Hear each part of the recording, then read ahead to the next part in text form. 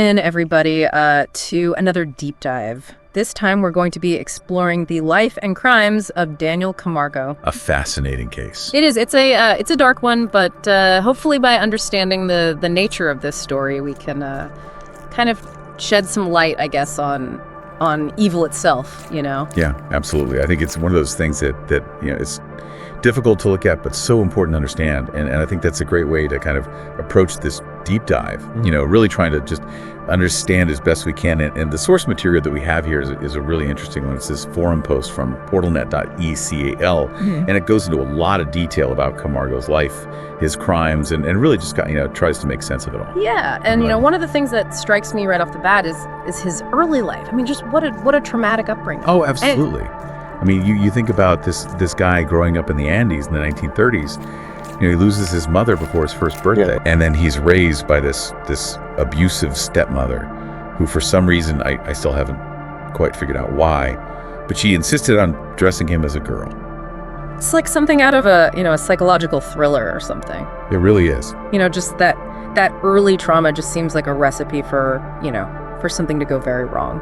Absolutely. And on top of that, his father was an alcoholic, emotionally and physically absent. Adding insult to injury. Right, exactly. Yeah. So you've got this really, volatile and damaging environment from the get-go, and it makes you wonder, how much of that played a role in shaping him into the killer he became. Right. I mean, because, it's that nature versus nurture debate, right? Exactly. Is it something that was just, inherently wrong from birth, or was it, this series of events that led him down this path? Well, and that's something that, we can explore as we go along here. But yeah, it is really interesting to think about, those early years are so crucial, in forming a person's sense of self, their attachments, their understanding of the world. And clearly in Camargo's case, those early experiences left some very deep scars. Yeah, they certainly did. And the forum post mentions, this woman named Esperanza, who played a significant role in his life, and actually even in his early crimes. Can you tell us a little bit more about her? Yeah, so Esperanza was Camargo's fiance. He was deeply in love with her, planned to marry her. Sounds pretty serious. He was, but then he discovers that she's not a virgin, and this triggers this profound rage in him. I can only imagine. This rage that really seemed to fixate on this idea of female purity and virginity. So it's almost like his whole worldview was shattered, by this discovery. It really was, and it's interesting because, instead of leaving her, he convinces her to help him find young virgin girls to do the unthinkable. I mean, it's hard. It's hard to even fathom that. But she kind of becomes complicit in his crimes. She does. She becomes an accomplice, and tragically, she ends up luring young girls to Camargo under false pretenses, where he would drug them. And I mean, it's difficult to even speak about the details. But what's important to understand is that Camargo wasn't simply lashing out. There was a disturbing method to his madness. Right. So this was premeditated. This was, planned out. Absolutely. He claimed he was correcting Esperanza's impurity. Oh, wow. Which, that right there gives you a glimpse into his twisted justifications. Yeah. So these early crimes, I mean, they reveal not only his brutality, but also his need to control, right? And his manipulation and these disturbing attempts to rationalize his actions. I mean, it's a pattern that unfortunately continues as his story unfolds. So he obviously didn't get away with this, right? Thankfully, no one of his victims bravely spoke out, and this led to Camargo and Esperanza's arrest in 1964. Now, this was a pivotal moment, because initially, he was given a very lenient sentence. Oh, really? But ultimately, the severity of his crimes was recognized, and he was sentenced to 8 years in prison. 8 years? I mean, that still doesn't seem like a lot considering the trauma that he inflicted on these young girls. No, it doesn't, and that's a conversation I think for another time. But yeah, but it's a question of does punishment always lead to reform, or can it sometimes exacerbate the very problems it aims to solve? Right. Yeah. And that's something to think about as we delve further into this. It's a chilling thought that prison might have actually fueled his rage. Exactly. And solidified his criminal path. I mean, the forum post mentions he vowed to never leave witnesses alive again. Right, which is terrifying. That's a pretty clear indication that something shifted within him during that time. Oh, absolutely. So what happened when he was released? Upon release, Camargo's actions took an even darker turn. I mean, he murdered a 9-year-old girl, Yeah. basically confirming that vow and marking this clear escalation in his brutality. Oh, wow. It's as if he crossed a line, Point of no return. a point of no return, exactly. And for that, he was sentenced to 25 years on Gorgona Island. Gorgona Island. Yeah, a Colombian prison. Now, what's so special about Gorgona Island? Well, think of it less as a typical prison and more like a penal colony, designed to break the spirit of even the most hardened criminals. Really? I mean, Gorgona was surrounded by these treacherous waters, teeming with sharks, strong currents. I mean, it was considered virtually impossible to escape from. So this wasn't just some, run-of-the-mill prison. This was like, you're going away and you're not coming back. Pretty much. And yet, Camargo, driven by this dark purpose and a cunning mind, he wasn't deterred by these obstacles. So this guy was smart. He meticulously planned his escape, spending his time studying navigation and ocean currents, patiently waiting for the right moment to make his move. It sounds like he was, he was playing the long game here. Oh, absolutely. He was in it for the long haul, and he had this plan in mind. Wow. And after 10 years on the island, he seized his opportunity. He found an abandoned boat, and using his newfound knowledge, he braved the open sea. Wow.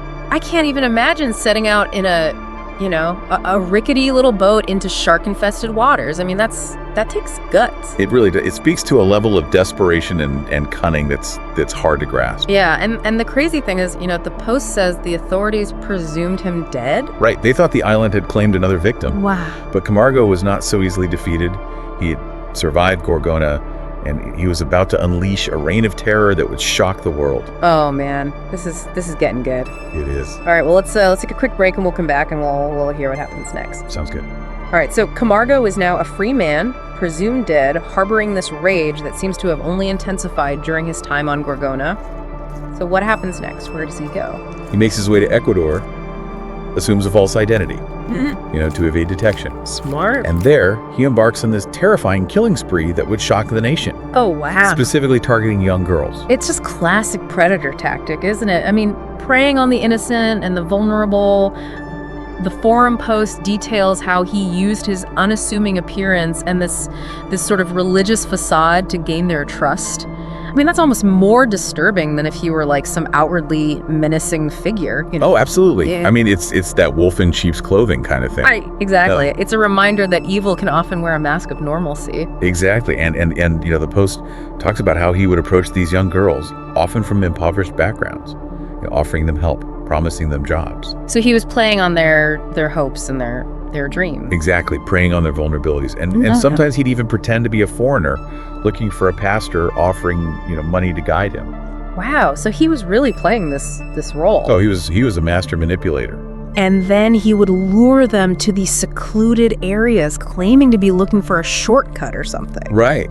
And it's a chilling reminder that awareness and caution are vital, especially for young people. You can't trust anybody. Exactly. No matter how convincing someone might seem, you never truly know their intentions. And I think that's an important lesson for everybody, not just young people. Absolutely. So what would happen if they, if they kind of resisted or, didn't want to go with him?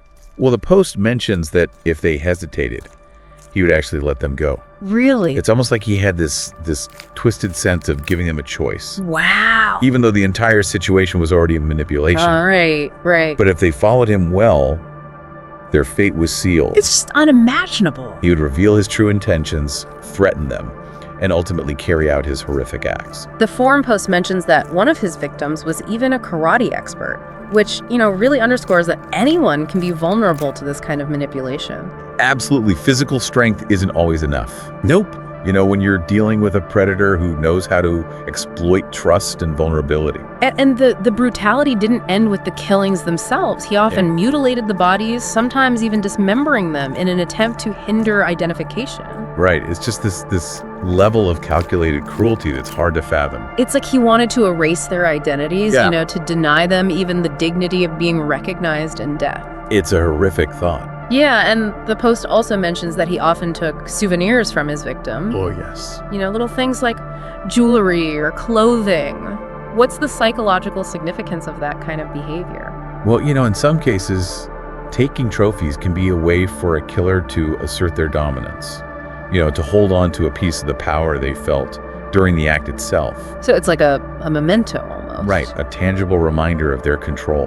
Wow. In Camargo's case, he also seemed to memorize the names of his victims, Oh, really? almost as if he was trying to retain some connection to them. That's really creepy. It speaks to a real disturbance in his psyche, this need to exert control even after death. Yeah, and what makes this case even more complex, even more disturbing, is that Camargo wasn't an unintelligent man. I mean, the Forum Post mentions that he had an IQ of 116. Right, which is above average. Yeah, for context, the average IQ is 100. So he was a smart guy. He was well-read, cited authors like Nietzsche, Freud, Dostoevsky.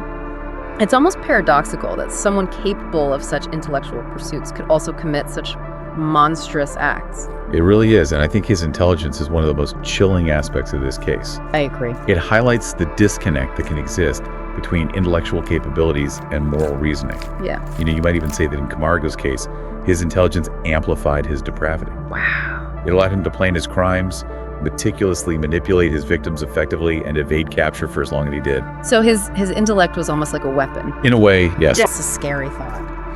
And then there's his obsession with virginity, which seems to be, at the core of his twisted worldview. He claimed to hate prostitutes, seeing them as impure. Yet he was committing some of the most horrific acts imaginable. It's just a level of hypocrisy that's hard to wrap your head around. Well, I think his views on women were deeply warped. Likely rooted in a toxic combination of the machismo culture he grew up in and his own personal traumas. So it's a mix of nature and nurture. Exactly. He saw virginity as this ultimate measure of purity, and his crimes were in his own warped mind a way of punishing women for not conforming to this idealized and frankly unrealistic view. So he was basically playing God, with the lives of his victims. In a sense, yes. It's mentioned in the post that he actually admitted to enjoying the suffering of his victims. Right. He specifically chose virgin girls because they cried and that gave him pleasure. It's a truly horrifying thought. It is, and that's the definition of sadism, right? Deriving pleasure from inflicting pain on others. Exactly. And in Camargo's case, this sadistic element seems to have been central to his crimes. It's just chilling. So how does this reign of terror finally come to an end? Well, his capture in some ways was somewhat anticlimactic, considering the scale of his crimes. Really? In 1986, he was apprehended in Quito after murdering a 9-year-old girl named Elizabeth Telpis. A police patrol noticed him acting suspiciously and found bloody clothing belonging to the young girl in his possession. It's almost unbelievable that someone who had been so meticulous, so careful to avoid detection, would make such a seemingly careless mistake. I know, it's almost like he wanted to get caught. Do you think he became complacent, or was it something else? It's hard to say for sure. Perhaps he grew overconfident, believing he was untouchable. Right. Or maybe on some level he wanted to be caught seeking an end to the torment within himself. Interesting. Whatever the reason, once he was in custody, Camargo confessed to everything. He admitted to 71 murders and led the police to the remains of many of his victims. 71 murders. That's just a staggering number. It's hard to even process the amount of suffering he inflicted. It's truly horrifying. So what was his sentence? Well, this is where it gets even more disturbing. The maximum sentence in Ecuador at the time was 16 years. 16 years for 71 murders. That's barely a year for each life he took. It hardly seems like justice. It doesn't, and it highlights the limitations of the justice system, particularly when it comes to dealing with crimes of this magnitude. Yeah, I mean, the debate surrounding appropriate sentencing for violent offenders is a complex one, and Camargo's case is a stark example of how the pursuit of justice can sometimes fall short of expectations. Absolutely. So Camargo ended up spending the rest of his days in an Ecuadorian prison. Did he ever express any remorse for his actions, any glimmer of humanity that might suggest a possibility for redemption? Well, he was initially imprisoned in Guayaquil, but was later transferred to the penal Garcia Moreno in Quito. And here's where the story takes another chilling turn. He shared a cell with another infamous serial killer, Pedro Alonso Lopez, known as the Monster of the Andes. Wait, 2 serial killers in the same cell? That's like something out of a nightmare. It really is. I mean, what would those conversations have been like? It's a disturbing thought, isn't it? Yeah. To imagine those two minds warped by darkness, sharing a confined space. The Forum Post mentions that they spent hours discussing their horrific deeds, each one seemingly trying to outdo the other in their depravity. That's just crazy. It's a glimpse into the abyss, really reminding us of the depths of human cruelty. Yeah, and Camargo died in that prison in 1994, not at the hands of justice, but murdered by a fellow inmate. a grim end to a horrific story. It is. It's a reminder that even within the confines of prison, violence can still reign. But Camargo's story, even in death, continues to fascinate and horrify. It forces us to confront the uncomfortable realities of violence, trauma, and the dark potential that resides within us all. And it reminds us that we have a lot of work to do as a society to understand and address these issues. Absolutely. All right, well, let's take another quick break, and we'll come back and we'll wrap up this deep dive into the life and crimes of Daniel Camargo.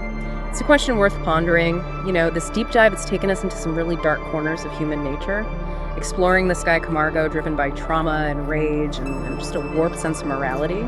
But it also makes you think about, our own society. How do we address these root causes of violence? How do we protect the vulnerable? And how do we balance that need for justice with the hope for rehabilitation? And it's not about finding easy answers, right? It's about confronting uncomfortable truths and engaging in these thoughtful discussions that might lead to positive change. Mm-hmm. This case, as disturbing as it is, I think can be a catalyst for those conversations. Mm-hmm. We can ask ourselves, what systems failed? Where could interventions have happened? What can we do differently to prevent future tragedies? Yeah, I mean, we've barely scratched the surface here, but maybe that's the point of a deep dive like this. It's about sparking curiosity, prompting you to think critically, and maybe even motivating you to seek out more information on your own. And one of the things that really struck me while we were going through this case was Camargo's claim to find solace in religion. I mean, he even carried a Bible with him during his crimes. It's kind of hard to reconcile those two things, isn't it? It really is. It makes you wonder, can faith and evil truly coexist? Yeah. I mean, that's a question that's been debated for centuries. It is. Yeah. Could someone truly commit these heinous acts while simultaneously seeking solace in faith? I mean, was he just grappling with his own demons, or was this all just a calculated act? It's impossible to know for sure. Yeah. I mean, it's unsettling to think that he might have been using religion as a shield. Right. To deflect guilt or responsibility, or even worse, as a tool to deceive his victims. It adds another layer of complexity to this already disturbing case. But I think that's what makes this deep dive so fascinating. Mm-hmm. It forces us to confront these uncomfortable truths about human nature. Yeah.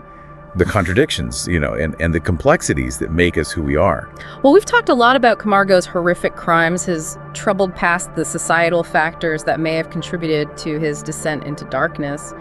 But we can't forget about the victims. Their stories are often overshadowed by the sensationalism surrounding the killer. And that's an essential point, Yeah. We have to remember that behind every statistic, every headline, there were real people whose lives were tragically cut short. Families were shattered, communities were left in fear, and the scars of these crimes, they'll likely never fully heal. So I encourage you, the listener, to go beyond the surface. Yeah. Learn about the victims, their hopes, their dreams, their lives before they were brutally taken away. Let their stories be a reminder of the human cost of violence and a call to action to create a world where these tragedies are less likely to occur. A call to empathy, to understanding, and to a collective responsibility to build a safer, more compassionate society. And with that, we conclude our deep dive into the chilling case of Daniel Camargo. It's been a heavy journey, but hopefully one that has left you with more questions than answers. Keep exploring, keep questioning, and keep striving to make the world a better place. Until next time, stay curious.